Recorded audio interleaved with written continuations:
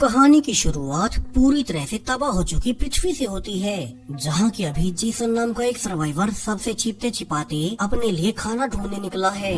दरअसल आज से 19 साल पहले साल 2026 में अचानक से पूरी दुनिया भर में एक भयानक वायरस फैल गया। ऐसा वायरस जिससे लोगों की सोचने समझने की शक्ति खो जाती और वे पागलों की तरह एक दूसरे को ही मारने लगते। इसके बाद तो जल्दी एक एक कर सारे देशों की सरकारें गिरने लगी। पुलिस से लेकर आर्मी तक कोई भी इस आपदा पर काबू नहीं पा सका। और अब उस घटना के 19 सालों के बाद यानी कि साल 2045 तक सिर्फ कुछ चुनिंदा इंसान ही जीवित बचे हैं। लेकिन इतने लंबे समय तक सरवाइव करने के बावजूद अब खाने और पानी के संसाधन लगभग खत्म हो चुके हैं। अब यहाँ से हम जेसन को देखते हैं, जो कि हर रोज की तरह आज भी अपने आसपास के एरिया में घूमकर अपने लिए खाने पीने की सप्लाई इकट्ठा करने निकला था। तभी लकीली काफी दूर चलने के बाद उसे एक स्टोर दिखाई दिया, लेकिन उसने इसके अंदर जाकर देखा कि यहाँ की सप्लाईज को तो पहले ही लूटा जा चुका है। जेसन उसके अगले रूम में जाता है, लेकिन यहाँ भी दो लोगों के सिर्फ कंकाल ही बचे थे और उन्होंने एक दूसरे का हाथ पकड़ा हुआ था, यानी कि ये दोनों इसी स्टोर के मालिक होंगे। और बाकी सर्वाइवर्स ने स्टोर का माल लूटने के लिए इस कपल को मार डाला, लेकिन फिर भी उन्होंने अपने आखिरी समय में एक दूसरे का साथ नहीं छोड़ा। अब जेसन ये देखकर 19 साल पहले जब ये आपदा फैली थी तब का अपना पास्ट याद करने लगता है। उस वक्त जेसन की पत्नी मैरी उसके बच्चे की प्रेग्नेंट थी और जेसन उसे इन्फेक्टेड लोगों से बचाते हुए बाकी सर्वाइवर्स के साथ एक पुरानी बिल्डिंग में उसकी डिलीवरी करवा रहा था, जहाँ इतने कड़े पहरे के बीच मैरी ने एक लड़की को जन्म दिया। लेकिन जेसन और उसकी पत्नी अपने बच्चे का चेहरा तक देख पाते उसके पहले ही उन्हें बाहर से इन्फेक्टेड लोगों के अंदर घुसने की आवाजें आने लगी, यानी कि यहाँ हमला हो चुका था। बाकी बचे हुए सर्वाइवर्स जल्दी से उन पर गोलियां चलाने लगते हैं, लेकिन इन्फेक्टेड लोगों की संख्या बहुत ज्यादा होने से वे टिक नहीं पाते। इसी कियोस्क के बीच जेसन ने डॉक्टर से कहा कि वो जल्दी से उनके बच्चे को अपने साथ लेकर यहाँ से पीछे वाले रास्ते से बाहर निकल जाए, और वो अपनी पत्नी मैरी को लेकर आ रहा है, जबकि मैरी ने तो अभी एक बच्चे को जन्म दिया था। फिर भी उसे इसी हालत में जेसन अपने साथ ले जाने लगता है, और जैसा कि होना ही था, थोड़ा आगे जाते ही मैरी इस दर्द और पीड़ा को सह नहीं सकी और उसने दम तोड़ दिया। जेसन बड़े भारी मन से अपनी पत्नी को दफनाता है, लेकिन अभी तो उसके पास अपनी पत्नी की मौत का शोक मनाने तक का वक्त नहीं था। उसे अभी अपने बच्चे को भी ढूंढना था, जिसे उसने डॉक्टर को सौंपकर भगा दिया था। लेकिन अब उस घटना को लगभग 19 साल बीत चुके हैं। जेसन इन 19 सालों में जितना भी हो सका उतने अलग अलग देशों में घूम चुका है, लेकिन उन्हें किन्हीं भी सर्वाइवर्स के ग्रुप में उस डॉक्टर और अपने बच्चे का कोई सुराग नहीं मिला, और अब तो वो खुद भी उनके मिलने की उम्मीद तक खो चुका है। अब आज भी जेसन इस कपल को देखकर अपनी गन निकालता है, जिसमें सिर्फ एक गोली बची है, और ये गोली किसी दूसरे खतरे के लिए नहीं बल्कि जेसन ने खुद के लिए रखी है, ताकि वो एक दिन इससे खुद को एक आसान मौत दे सके। आज भी वो इस गोली को घुमाकर खुद पर गन का ट्रिगर दबा देता है, लेकिन वो गोली फायर नहीं होती, यानी कि खुद किस्मत भी नहीं चाहती कि जेसन इन सारे झंझटों से मुक्त होकर अपनी पत्नी के पास चला जाए। वहीं आज भी पूरा दिन घूमने के बाद उसे कुछ खास खाना नहीं मिला, तो वो शाम को अब वापिस से अपने ठिकाने पर लौटने लगता है। लेकिन इसी बीच रास्ते में उसे एक इन्फेक्टेड आदमी मिल गया। हालांकि जेसन को इनसे निपटने की आदत हो चुकी है और वो उसे दूसरी दिशा में भटकाकर अपने घर की ओर भागाता है। यहाँ भी वो अब पुराने समय का सड़ा गला खाना खाने को मजबूर है, जिसके बाद जेसन अपने पूरे दिन का सबसे पसंदीदा काम यानी कि गिटार उठा लेता है। लेकिन तभी अब उसके दरवाजे पर किसी के आने की आहट हुई और जेसन ने डरकर गन ले ली कि कहीं उसके गिटार की आवाज से कोई लुटेरा या फिर कोई इन्फेक्टेड ना आ गया हो। लेकिन ये तो सिर्फ एक लड़की ही थी। फिर भी जैसे अब हालात चल रहे हैं, जेसन उसे गन पॉइंट पर पूछने लगता है कि वो है कौन और यहाँ क्यों आई। अब उस लड़की ने भरोसा दिलाया कि वो अकेली ही है और उसके पास कोई वेपन भी नहीं। सो जेसन सबसे पहले उसे थोड़ा बहुत खाना दे देता है, क्योंकि इस लड़की ने पिछले 3 दिन से कुछ नहीं खाया था। अब थोड़ा पेट भरने के बाद उसने रिवील किया कि उसका नाम डोरा है। वो नॉर्थ के पहाड़ों में मौजूद एक छोटी सी सर्वाइवर्स की कम्युनिटी में रहती थी, लेकिन अब चूँकि उनके वहाँ भी खेती होना बंद हो चुकी है, तो वो अपनी एक छोटी सी टीम के साथ यहाँ के शहरों में खाने पीने की सप्लाई ढूंढने आई थी, ताकि उस खाने को अपनी कम्युनिटी में ले जाकर वहाँ मौजूद लोगों का पेट भर सके। डोरा ने आगे बताया कि लेकिन तभी उन्हें एक दूसरे सर्वाइविंग ग्रुप रेडर्स ने घेर लिया। दरअसल अब इस एपोकलिप्स के समय में रेडर्स नाम का ये ग्रुप दूसरे सर्वाइवर्स को मारकर उनके रिसोर्सेज छीन लेता है और वे अपने ग्रुप में सिर्फ हट्टे-कट्टे मर्दों को ही शामिल करते हैं जो औरों को मार सकें। डोरा ने बताया कि कैसे उन रेडर्स ने पहले उसकी टीम के सारे मर्दों को मार दिया, लेकिन उस समेत लड़कियों को नहीं, क्योंकि वे लड़कियों को अपने पास कई दिन तक बंधक बनाकर उनके साथ गलत काम किया करते हैं और फिर उन्हें मारते हैं। और इसी दौरान जब वे बाकी लड़कियों के साथ डोरा को भी अपने ठिकाने पर ले जा रहे थे, तो डोरा किसी तरह से बीच रास्ते से उनसे बचकर भाग आई और उसे छिपने के लिए जेसन का घर दिखाई दिया, जहाँ रात को लाइट जल रही थी। अब जेसन सब सुनने के बाद पहले डोरा को शांत करता है। उसे पता था कि अब क्योंकि कोई भी नियम या कानून नहीं बचे, तो इंसान जानवर बन चुके हैं और रेडर्स नाम का ये ग्रुप तो सबसे खतरनाक है। अब डोरा ने आगे मैप पर एक जगह पर इशारा करते हुए रिवील किया कि उनके बाद उनकी कम्युनिटी की दूसरी टीम इसी जगह पर 3 दिन के बाद एक ट्रक से उन्हें सामान के साथ लेने आने वाली थी और इन्हें 3 दिनों में डोरा की टीम को जितना भी हो सके खाने पीने की सप्लाई जुटानी थी। लेकिन अब उसकी तो पूरी टीम ही मारी गई और वो अकेली ही बच पाई है।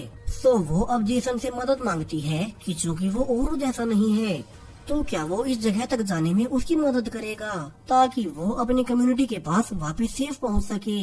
अब जेसन ने नोटिस किया कि एक तो ये मीटिंग पॉइंट यहाँ से बहुत दूर है, वहाँ पहुँचने में उन्हें करीब 3 दिन लग जाएंगे। ऊपर से बीच का सारा ही रास्ता बहुत खतरनाक भी होगा, क्योंकि रेडर्स नाम का ये ग्रुप मेनली इसी एरिया में रहता है। सो जेसन ने ये कहकर कि वो तो बस उसे आसरा दे सकता है, वो उसकी इस खतरनाक सफर पर मदद नहीं कर सकता। अब वो डोरा को मना कर देता है। हालांकि डोरा अभी उसे थैंक्स बोलती है जो उसने उसे सोने के लिए छत दी और वो सुबह निकल जाएगी। ये कहकर वो सोने के लिए चली जाती है, जबकि जेसन को डोरा को देखकर 4 साल पुराना समय याद आया, जब वो अपने एक और साथी सैम और उसके बेटे के साथ रहा करता था। वे तीनों साथ में सरवाइव करते। तभी एक दिन जेसन को खबर मिली कि जिस डॉक्टर को उसने अपना बच्चा सौंपा था, उसे किसी दूसरे सर्वाइवर ने यहाँ से दूर एरियाज में देखा है। सो जेसन अभी ही वहीं जाने लगा ताकि वो अपने बच्चे को खोज सके। हालांकि उसके साथी सैम ने उसे मना कर दिया, क्योंकि एक तो वो एरिया बहुत खतरनाक था, ऊपर से वो अपने बेटे को साथ लेकर रिस्क नहीं ले सकता। उसने जेसन से भी रुकने को कहा, क्योंकि वे यहाँ साथ मिलकर अच्छे से सरवाइव कर रहे हैं। लेकिन जेसन को तब किसी भी तरह अपने बच्चे को ढूंढना था। सो वो अपने साथी को उसके बेटे के साथ छोड़कर हमेशा के लिए वहाँ से निकल गया। हालांकि बावजूद इसके जेसन को कभी अपना बच्चा नहीं मिला। अब सुबह होने पर जब डोरा की आंखें खुली तो जेसन अकेले में गिटार बजाते हुए एक धुन गुनगुना रहा था, वही सेम धुन जो कि उसने कभी अपनी पत्नी के लिए बनाई थी। वहीं जब डोरा उसके पास भी जाती है तो जेसन ने बताया कि उसने अपना मन बदल लिया है। अब वो उसके साथ उसे उसकी लोकेशन तक लेकर जाएगा, जहाँ की आज से 3 दिन के बाद डोरा को लेने उसकी कम्युनिटी का ट्रक आने वाला है। दरअसल जेसन ने चूँकि 4 साल पहले अपने दोस्त सैम को उसके बेटे के साथ अकेले छोड़ दिया था, तो अब वो दोबारा से वही गलती फिर नहीं करना चाहता। अब दोनों के साथ में चलने पर रास्ते में डोरा के पूछने पर कि जेसन ने अपना मन क्यों बदल लिया, तो उसने बताया कि अब वो खुद की जीने की उम्मीद खो चुका है, लेकिन वो कम से कम किसी और की मदद करके उन्हें जीवन दे सकता है। अब आज दोनों अपना पूरा ही दिन चलते हुए एक पुराने शेल्टर तक पहुंच गए, जहाँ की एक बूढ़ा आदमी खाने पीने की सप्लाईज के बदले में वेपन्स दिया करता है। सो जेसन अब डोरा की सेफ्टी के लिए अपने पसंदीदा गिटार को देकर उसके बदले में एक स्नाइपर गन को ले लेता है, क्योंकि उसे पता था कि आगे का उसका 2 दिन का सफर बहुत खतरनाक होने वाला है।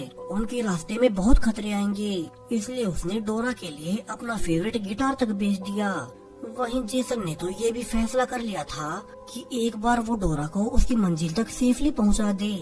फिर जो एक गोली उसने कई सालों से खुद के लिए बचा कर रखी है, वो उसे खुद को खत्म कर अपनी पत्नी के पास चला जाएगा। वहीं अपने बच्चे की वापस पाने की उम्मीद तो जेसन बहुत पहले खो चुका था। यहीं अब रास्ते में डोरा को 19 साल पहले यानी कि साल 2026 में छपा आखिरी न्यूज़पेपर भी मिलता है, जिसमें लिखा था कि कैसे सिर्फ एक वायरस ने पूरी दुनिया ही बर्बाद कर दी।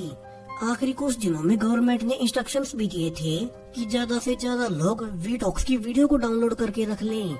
इस पूरे यूट्यूब चैनल पर एपोकलिप्स के समय कैसे सरवाइव करना है उससे रिलेटेड बहुत सारे वीडियोस हैं।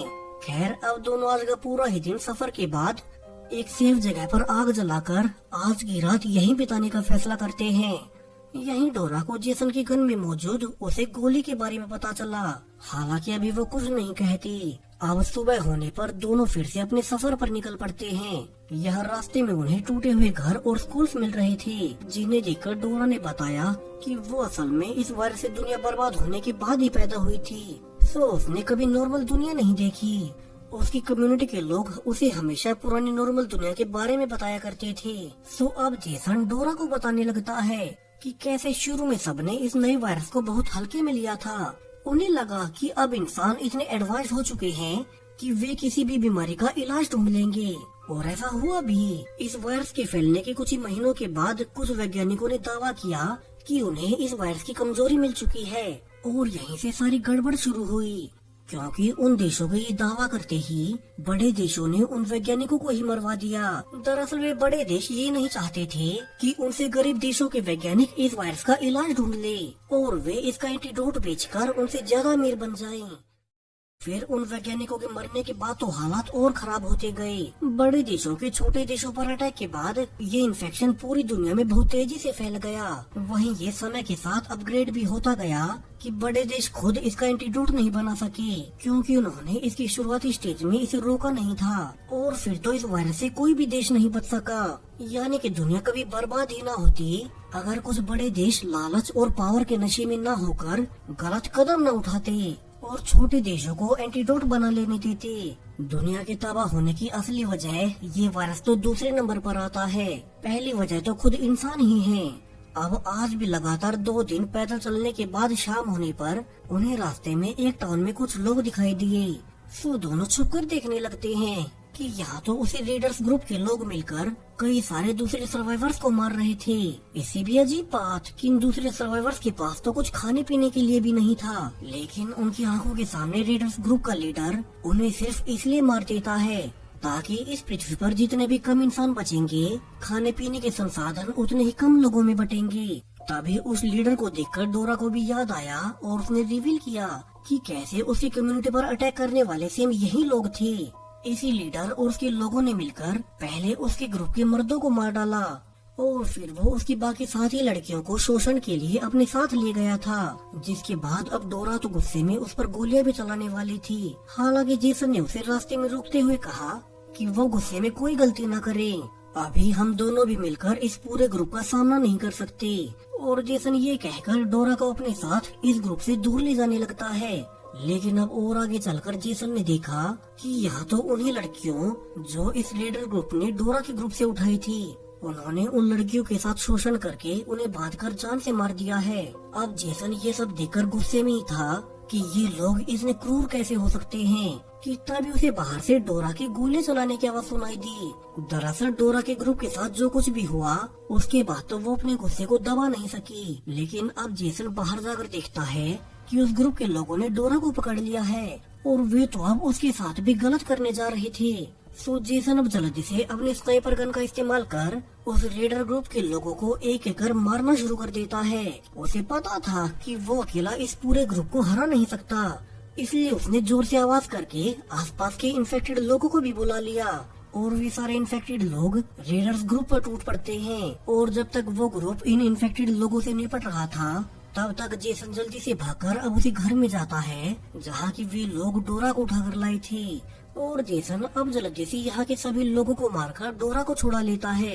लेकिन अब जब आखिर में दोनों भाग ही रहे थे कि तभी पीछे लीडर अपने पूरे ग्रुप के मरने के बावजूद अकेले जिंदा बचकर आ गया। वो बहुत गुस्से में भी था जो जेसन ने उसके मेंबर्स को मारा। वहीं जेसन भी अब डोरा को बचाने के लिए लीडर से लड़ने लगता है, लेकिन लीडर तो उससे कहीं ज्यादा स्किल्ड फाइटर निकला। वो जेसन को मारकर बेहोश कर अब डोरा को पकड़कर उसके कपड़े फाड़ने लगता है। लेकिन अब डोरा ने दिमाग लगाते हुए लीडर के करीब आते ही उसकी गर्दन पर काट लिया।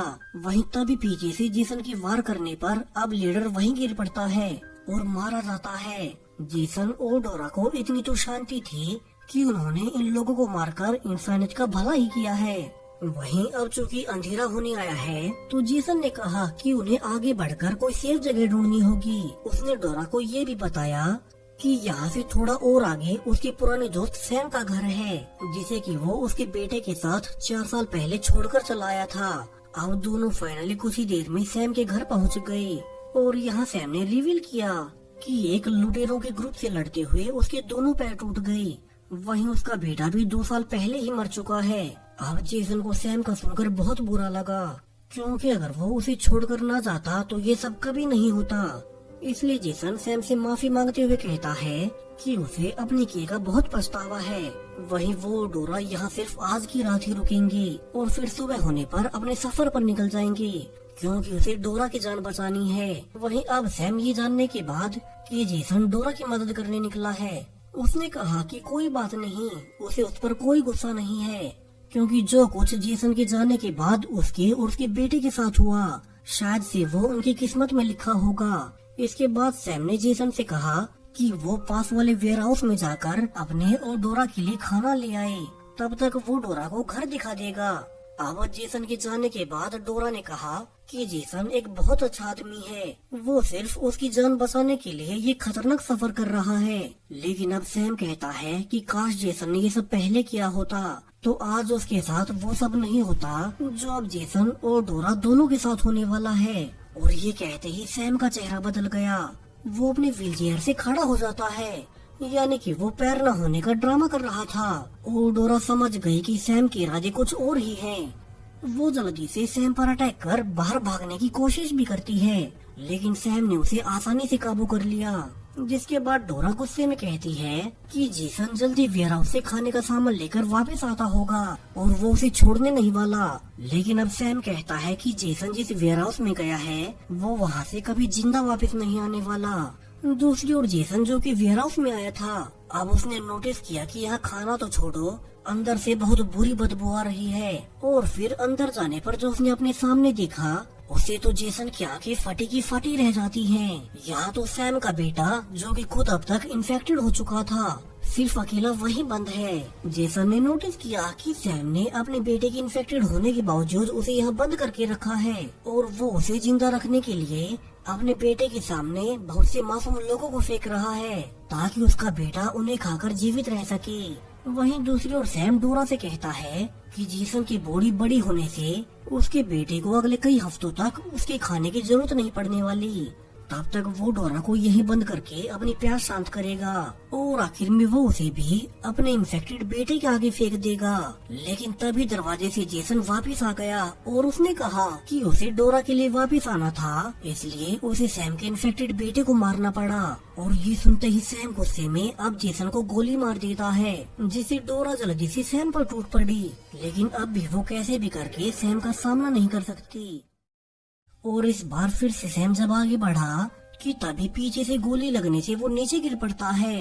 डोरा ने देखा कि पीछे जेसन ने उसे अपनी इकलौती उसे गोली से मारा है, जो कि उसने बहुत सालों से खुद के लिए बचा कर रखी थी और वो उसने डोरा के बचाने के लिए इस्तेमाल कर दी। अब डोरा देखती है कि वो गोली जेसन की छाती में लग गई है, यानी कि वो बच नहीं सकता।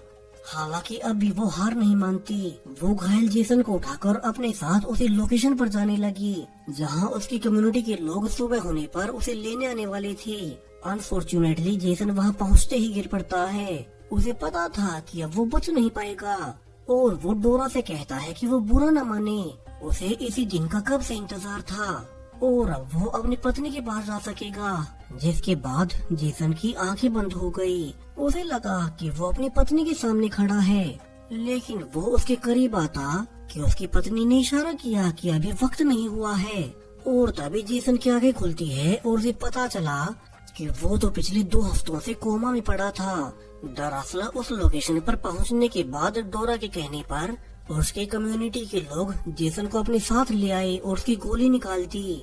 लकीली जेसन को 2 हफ्तों तक कोमा में रहने के बाद आज होश आ गया है और वो सिर्फ बच जाएगा। सिर्फ इतना ही नहीं, जेसन को तो ये देखकर और बड़ा शौक लगा कि जिस डॉक्टर ने उसका इलाज किया है वो कोई और नहीं, ये तो सामने वही डॉक्टर था जिसने 19 साल पहले जेसन के बच्चे का जन्म करवाया था और जेसन ने अपना बच्चा इसी डॉक्टर को सौंपा था। अब वो डॉक्टर जेसन के पास आकर सॉरी बोलता है। उसने कहा कि उसने जेसन को ढूंढने की बहुत कोशिशें की ताकि वो उसे उसके बच्चे को लौटा सके, लेकिन किस्मत ने उन्हें कभी मिलने ही नहीं दिया। अब जेसन तो जल्दी से डॉक्टर से अपने बच्चे के बारे में पूछता है कि अब वो कैसा होगा। तभी डॉक्टर ने उसे डोरा की ओर इशारा किया और कहा कि यही तो है, ये उसी की बेटी है। यानी कि जेसन जिसे शुरू से ही अनजान समझकर बचा रहा था, ये तो उसी की बेटी निकली। वो पिछले 19 सालों से उसे ढूंढकर थक गया और जब उसने हार मान ली तो किस्मत ने उसे फिर से उसकी बेटी से मिलवा दिया। यानी कि अगर जेसन तब खतरा देखकर उसकी मदद न करता, क्योंकि वो तो उसके लिए अनजान थी, तो वो अपनी ही बेटी को खो देता। और दोनों बाप बेटे अब फिर से मिल चुके हैं, जहाँ वे इसी कम्युनिटी में एक साथ मिलकर रहेंगी। जेसन के लिए तो ये दूसरा जन्म है और उसे समझ आ गया कि अगर हम इंसानियत पर भरोसा रखें तो हर एक अच्छा किया हुआ काम हमारे पास लौटकर वापस जरूर से आता है, फिर चाहे वो देरी से ही क्यों न आए। अब इस पूरी मूवी का सार एपोकलिप्स के खतरों को दिखाने से कहीं ज्यादा इंसानियत के दो पहलुओं को दिखाना था। पहला, इंसानों के बुरे काम। एक ग्रुप औरतों और बाकियों पर अत्याचार कर रहा है क्योंकि उन्हें अपने सर्वाइवल के लिए यही सही लगा। शुरू में खुद पृथ्वी तक इंसानों के लालच में बर्बाद हुई, वरना तो उस वायरस का एंटीडोट बहुत पहले बन गया था। वहीं फिर ऐसी करप्ट दुनिया में एक जेसन भी है जिसने एक अजनबी की मदद करने का फैसला किया और आखिर में उसे पता चला कि ये सब तो वो खुद के लिए ही कर रहा था। उसने औरों की मदद करने में अपनी खुद की मदद की। इसी होपफुल और हर सिचुएशन में सिर्फ पॉजिटिव रहने के मैसेज के साथ ये मूवी यहीं पर खत्म हो जाती है।